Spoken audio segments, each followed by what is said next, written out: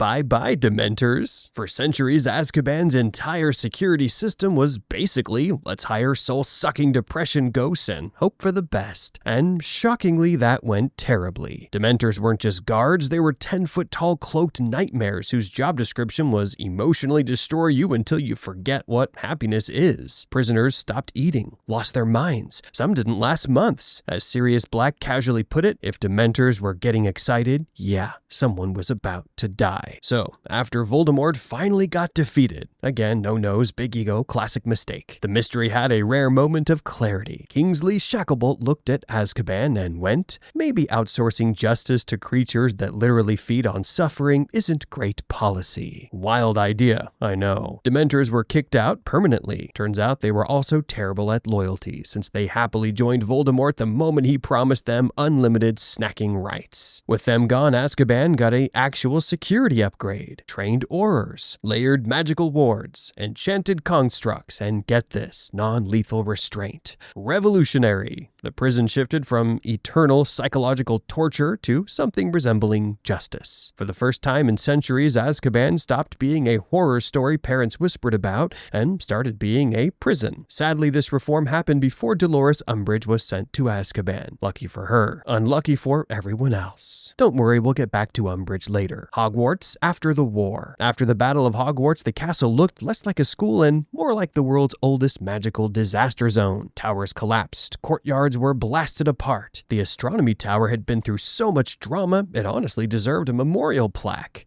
And the Great Hall, usually reserved for feasts, shouting, and Dumbledore's speeches, had hosted an actual war. Classic Hogwarts. The real problem, though, wasn't just the broken stone, it was the magic. Professors, Order members, and several extremely brave people had layered so many defensive enchantments onto the castle that Hogwarts basically became magically unstable. The solution? Strip it all down and rebuild everything from scratch. Very calming, very safe. Reconstruction started immediately under Kingsley Shacklebolt's new ministry. Curse breakers were called in to scrub out dark magic residue. Unstable artifacts left behind by Death Eaters were removed, quietly, before any curious first years could poke them. Magical engineers reinforced the castle using upgraded stone conjuration charms and weatherproofing, spells that even muggles would approve of. Minerva McGonagall stayed on as head mistress, because if anyone could rebuild a sentient death trap into a functioning school, it was definitely her. She restored the wards, strengthened boundaries, and redesigned Hogwarts defenses to stop wars before they happened, not during lunch. Classes returned, sorting resumed, Quidditch was back. Defense against the dark arts finally stopped being a cursed job, and history of magic was forced to acknowledge recent events, including a decades-long war caused by a bald, noseless man nobody was allowed to name. Progress. Hagrid returned to his hut. Ghosts kept gossiping, and somewhere in the walls, Snape's legacy lingered, uncomfortable, complicated, and impossible to ignore. Same Hogwarts, stronger walls, harder lessons, and slightly fewer explosions, probably. The Golden Trio. While the rest of Hogwarts prepared to return to class, 3 students were noticeably missing. Not sick, not expelled, just busy destroying pieces of the Dark Lord's soul. Casual. Harry Potter, Ron Weasley, and Hermione Granger never returned for their 7th year. No NEWTs, no exams, no revision timetables. Turns out hunting Horcruxes across the country is not compatible with essay deadlines. Shocking. After Voldemort's defeat, the wizarding world had to face an awkward question. So, do we fail them? Kingsley Shacklebolt, now Minister for Magic, and officially the most reasonable man alive, decided that surviving a war and ending a Dark Lord probably counted as work experience. Harry and Ron were invited straight into the Auror office, no qualifications required, which is hilarious considering what most Aurors actually go through to get in. Harry became a full-time Auror, specializing in tracking down escaped Death Eaters. Over time, he rose through the ranks and eventually became head of the Auror office, responsible for training, strategy, and making sure no one ever ignored obvious dark signs again. Ron joined too, briefly. He helped clean up the mess Voldemort left behind, then wisely decided that risking his life daily was less appealing than running a joke shop. Ron left the ministry and joined George at Weasley's Wizard Wheezies, where many harmless joke products were absolutely inspired by wartime inventions. For legal reasons, we'll say adapted. Hermione, meanwhile, did the sensible thing. She went back to Hogwarts, finished her 7th year, sat her NEWTs, and then entered the ministry to fix it from the inside. She worked on magical creature rights, reformed discriminatory laws, rose through magical law enforcement, and eventually became Minister for Magic. Different paths, same result. Turns out saving the world looks great on a resume. Post-war romance. After the war, the wizarding world did what it always does after surviving mass trauma. It immediately started dating the nearest emotionally compatible person and hoped therapy would magically happen later. Let's begin with George Weasley, because feelings are expensive. George married Angelina Johnson, Gryffindor chaser, absolute legend, and yes, once Fred's girlfriend. Awkward? Well, only if you ignore the part where Angelina understood the twins before the war and George after it. They named their son Fred II because some legacies refused to disappear quietly,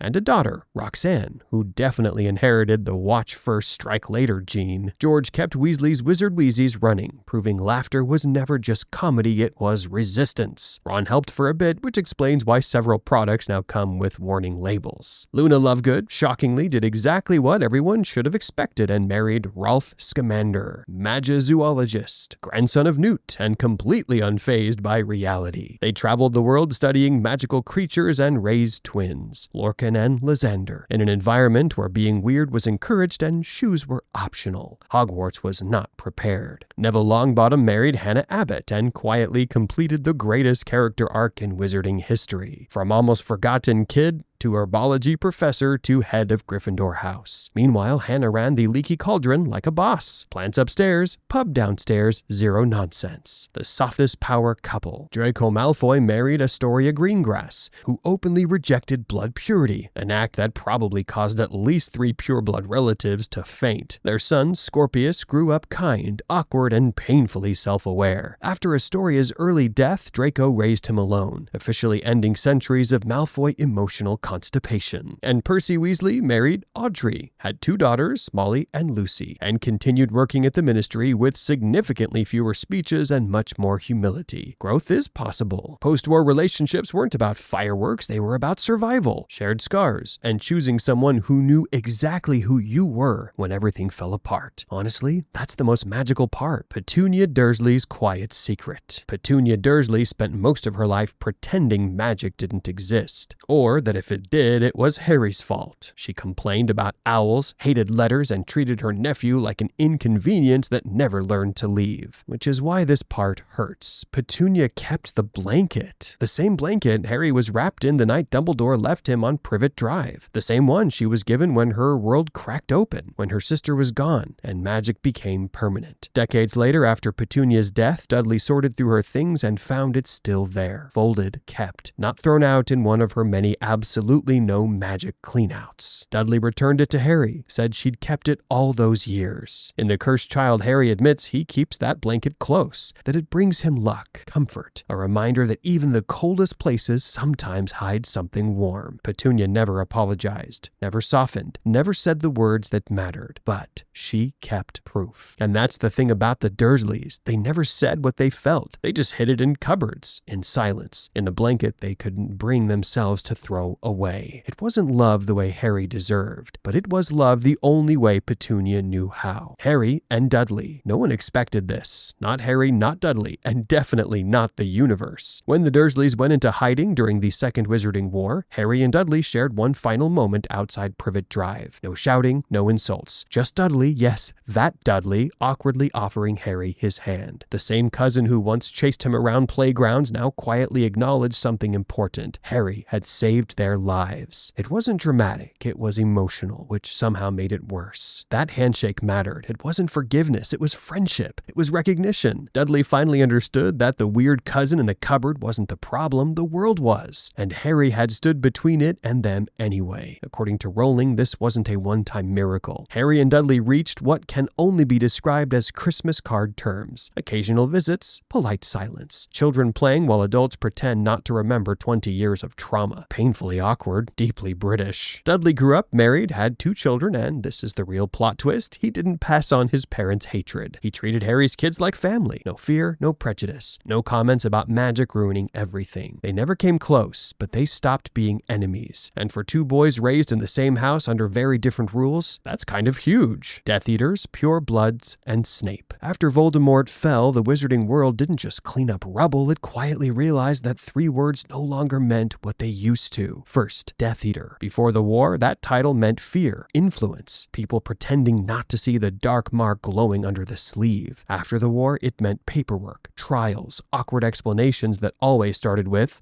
"I was Imperiist, actually." Suddenly, being a Death Eater didn't make doors open, it made Aurors take notes. Power vanished the moment the Dark Lord did. Then came the purebloods. For centuries, they ran things by doing absolutely nothing except being born into the right family. Ancient names, older portraits, opinions that should have retired centuries ago. After the war, blood purity stopped sounding impressive and started sounding suspicious. The Sacred 28 went from elite list to historical embarrassment. Turns out backing a noseless tyrant is terrible for your social standing. Who knew? And then there was Severus Snape, the one who didn't fit cleanly into either category. Snape died labeled a traitor by the world and a hero by the few who knew the truth. After the war, his name became a battleground. Villain? Martyr? Something far more uncomfortable? Students learned what he actually did years later and immediately argued about it forever. And that's the point. Snape proved something the war made impossible to ignore. That loyalty doesn't always look noble, that heroism isn't always kind, and that people who save the world don't always get statues or applause. Umbridge gets exactly what she deserves.